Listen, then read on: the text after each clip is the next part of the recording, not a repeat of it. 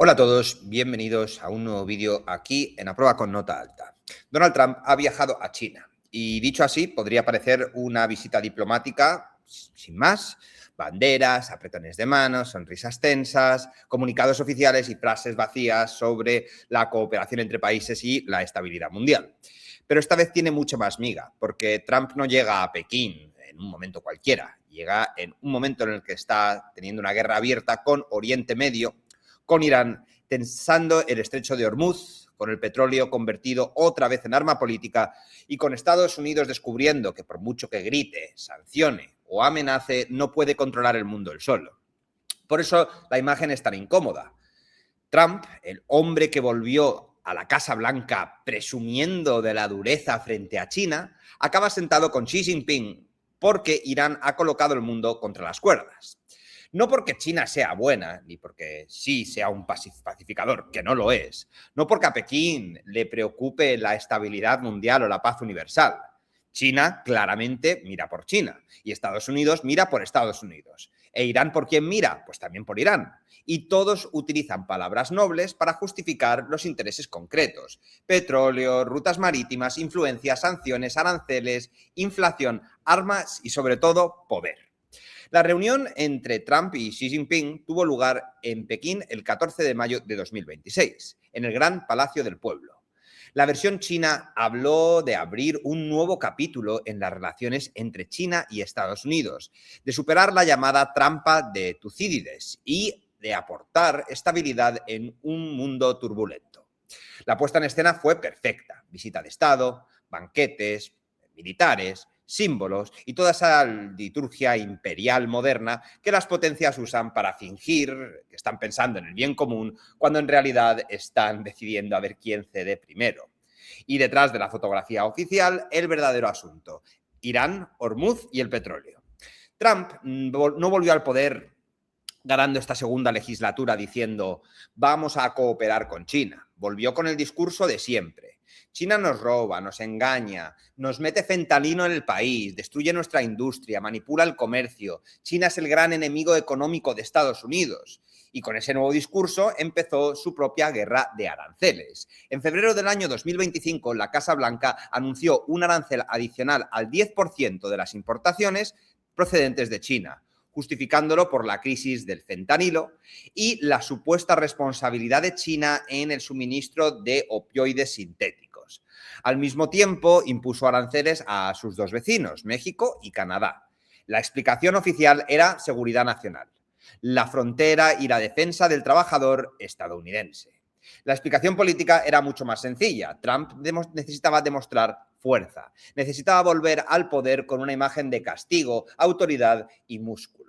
Después llegó abril de 2025 y Trump fue aún más lejos. Declaró una emergencia nacional por el déficit comercial de Estados Unidos e impuso aranceles recíprocos globales. También eliminó la exención de minimis para productos de bajo valor procedente de China y Hong Kong, una medida que afectaba directamente al comercio electrónico y a la entrada masiva de productos baratos. Es decir, Trump convirtió el comercio en guerra política. Cada paquete, cada contenedor, cada producto chino barato se convirtió en una pieza más de una batalla simbólica. El mensaje era claro: China se está aprovechando de nosotros y ahora vamos a hacerles pagar. Pero aquí viene una de las grandes contradicciones. Una cosa es hacer campaña y otra cosa es gobernar. Una cosa es gritar, ponerte farruco, decir que la tienes muy grande, que vas a poner de rodillas a China. Y otra muy distinta, descubrir que tu economía, tus empresas, tus consumidores, tus agricultores y tu mercado energético no viven en una fantasía nacionalista donde el país puede sobrevivir en base a sus propios recursos. Vives en una red global, en un mundo globalista, nos guste o no, en el que todo está conectado. Y si tú golpeas una pieza, el golpe vuelve. Aquí no estamos hablando de un país que pueda llegar a ser autóctono. No estamos hablando de un mundo ideal donde la autarquía pudiera tener algo de valor. A medida que pasaban los meses, la retórica dura volvió a chocarse contra la realidad. La Casa Blanca tuvo que hablar de suspender aranceles elevados y solo mantener ciertos niveles, facilitar conversaciones con China, corregir desequilibrios comerciales y ampliar el acceso de exportaciones estadounidenses, que al final es de lo que depende su economía, como todas. El caso es que en agosto de 2025 el propio gobierno estadounidense anunció la continuación de la suspensión de los aranceles más altos sobre China, manteniendo un arancel recíproco del 10% durante ese periodo. Y en noviembre de 2025 llegó a un acuerdo económico y comercial con China. Según la versión oficial estadounidense, Estados Unidos redujo en 10 puntos porcentuales el arancel acumulado vinculado al fentanilo y mantuvo suspendidos los aranceles recíprocos más elevados hasta noviembre de 2026. Traducido al lenguaje normal, primero Trump incendia la relación comercial con China para vender fortaleza. Después, cuando la realidad aprieta, empieza a negociar, suspender, rebajar, modular y maquillar. El político crea el incendio y luego aparece vestido de bombero y luego espera que se le den las gracias por no dejar que la casa se prenda fuego del todo.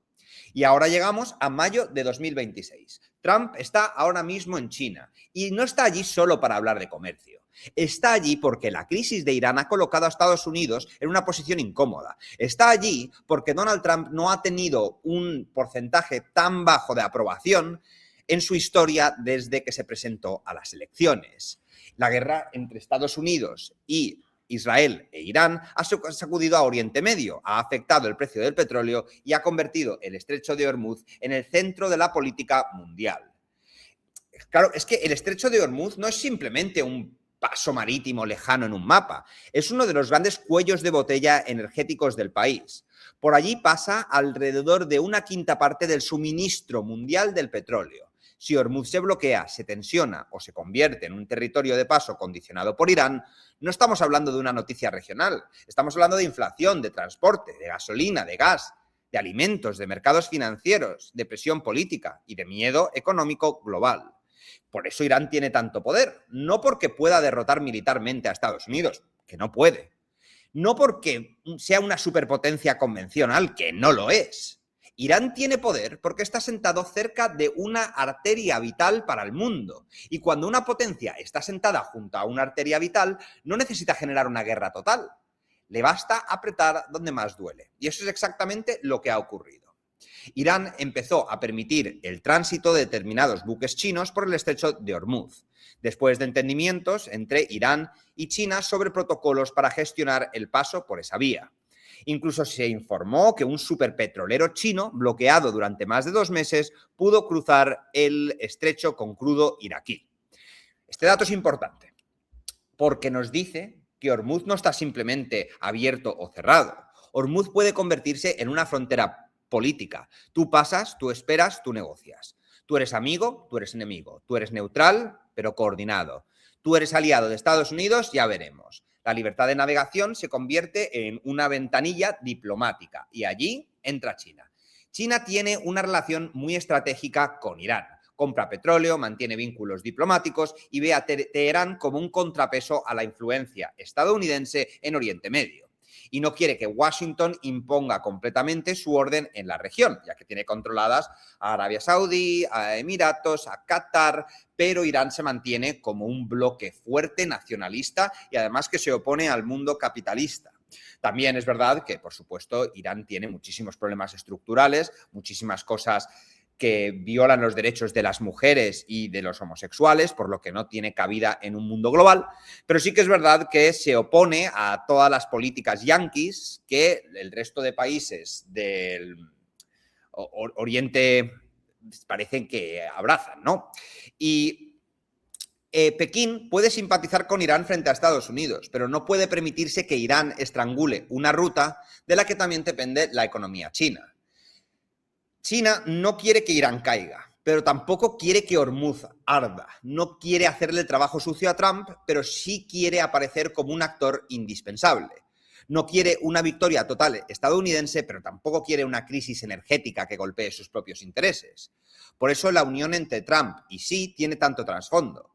Trump no va simplemente a saludar al presidente chino, no va porque necesita que China haga algo, pero sí que necesita que China presione, que module, que hable o influya en Irán para que Hormuz no termine de reventar el mercado energético mundial. Y aquí viene la humillación política. Trump puede decir en público que ellos no necesitan a China, que China es su enemigo, que China son horrorosos y que les detesta.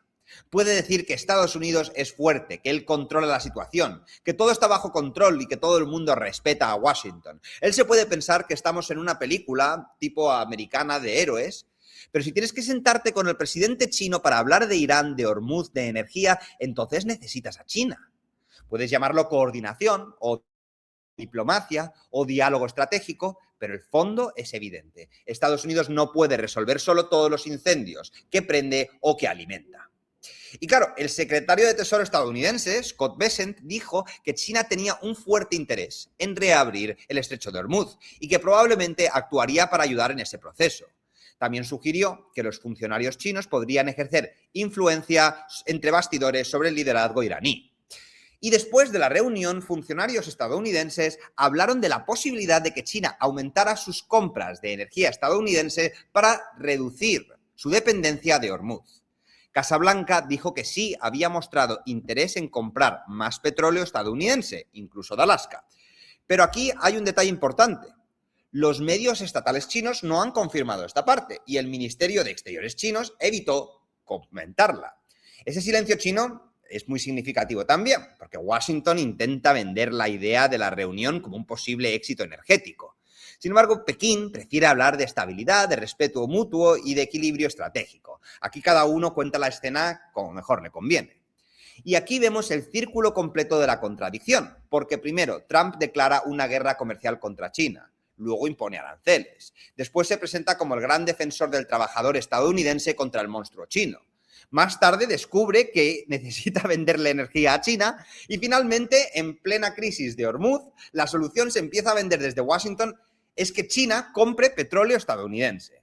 Primero conviertes a China en el enemigo, luego en cliente, luego como mediador y luego vendes esa marcha atrás como una victoria estratégica. Es que Estados Unidos es de traca, ¿eh?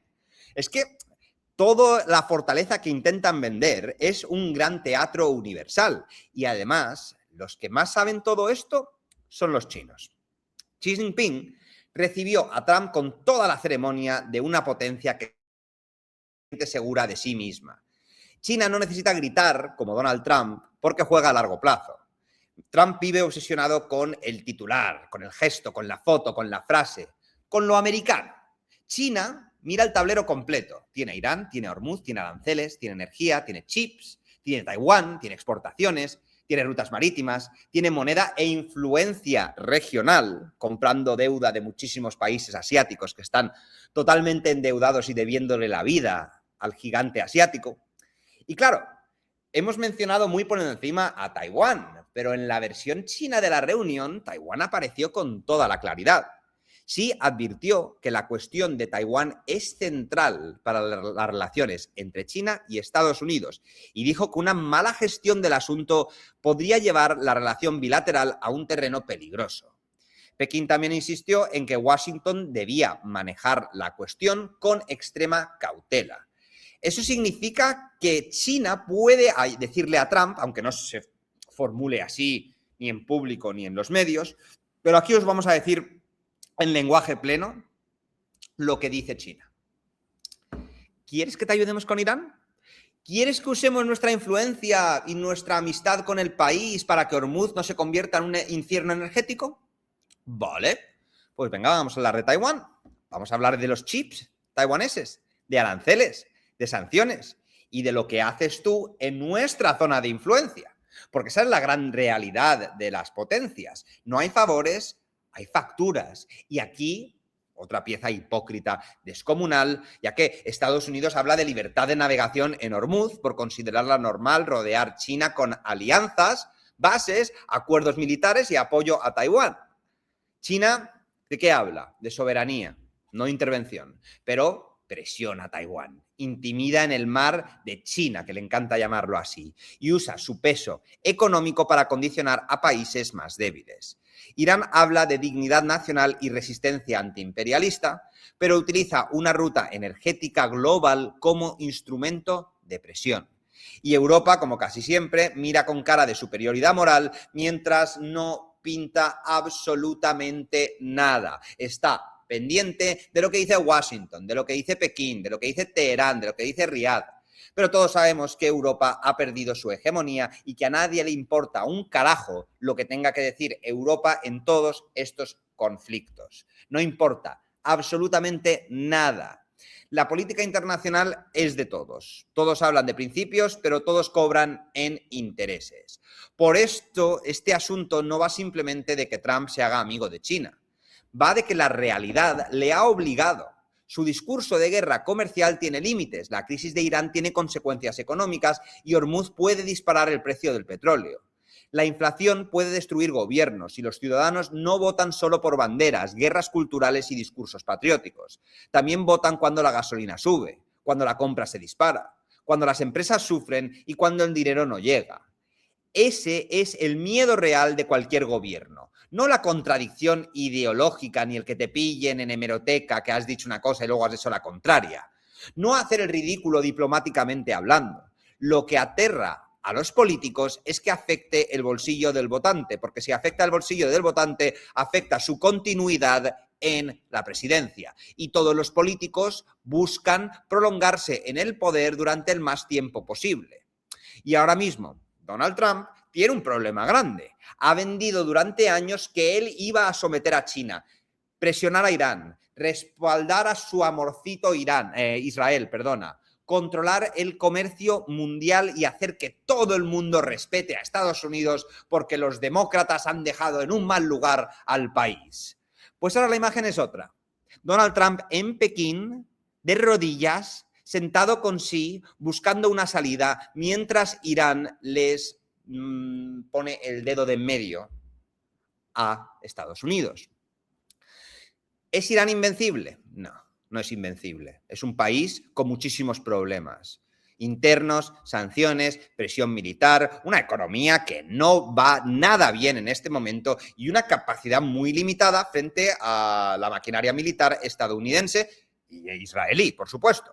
Pero tiene algo que en geopolítica vale oro, una posición privilegiada, y eso es Hormuz. Y China se aprovecha. China se puede presentar como responsable, defensor de la estabilidad, una potencia que tiene comunicación con absolutamente todo el mundo, que quiere paz, diálogo y equilibrio, pero al mismo tiempo sabe que cada minuto que Washington dedica a Irán es un minuto menos de atención al Indo-Pacífico. Cada subida del petróleo erosiona la popularidad de Trump. Cada crisis energética que Estados Unidos tenga que negociar con países que preferiría castigar es otra pieza de dominó que acaba cayendo. Cada problema en Oriente Medio le da a China una carta más. Y esa carta puede jugarse en muchos frentes. Con Taiwán, con Hong Kong, con aranceles, con energía, con restricciones tecnológicas, con exportaciones o con una narrativa, manejar una narrativa internacional. China puede decirle al mundo, Estados Unidos crea incendios y China ayuda a estabilizar. Pero en la política internacional la propaganda no necesita ser pura, necesita ser útil. Y a Trump le ocurre lo mismo. Su relato será, yo negocio desde la fuerza, yo consigo que China compre productos estadounidenses, yo estabilizo el mundo, yo evito que Irán cierre Hormuz. Pero si quitamos la música patriótica de fondo y la banderita, ¿no? Lo que queda es de todo menos gloria. Han tenido que negociar con el país que en campaña han vejado y han dicho que no necesitaban. Y finalmente intentan vender esa traición a su propio relato como una estrategia brillante. Trump no iba a doblegar a China, iba a poner aranceles, iba a montar una guerra comercial, iba a generar titulares. Pero cuando el petróleo se ha complicado, cuando Irán le ha apretado y cuando la economía se inquieta, se exige algo más que frases polémicas y titulares. Tiene que sentarse con el presidente chino al que tanto ha despreciado. Y Estados Unidos tampoco es simplemente el garante de la libertad de la navegación. Defiende la libertad de navegación si sirve a su orden. Cuando no, sanciona, bloquea, amenaza o interviene. Y claro, en definitiva, chicos, Trump se arrastra ante China porque Irán tiene el mundo contra las cuerdas.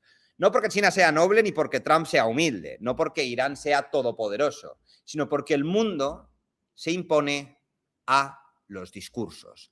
Porque los aranceles sirven para ganar titulares, pero no para gobernar. Porque las amenazas sirven para excitar a la audiencia y que todo el mundo se venga arriba, pero no siempre sirve para bajar el precio del petróleo.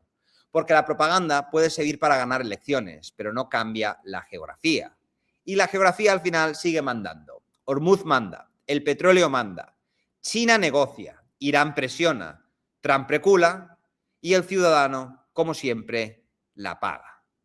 Cuando veáis a Donald Trump sonriendo, no penséis en amistad.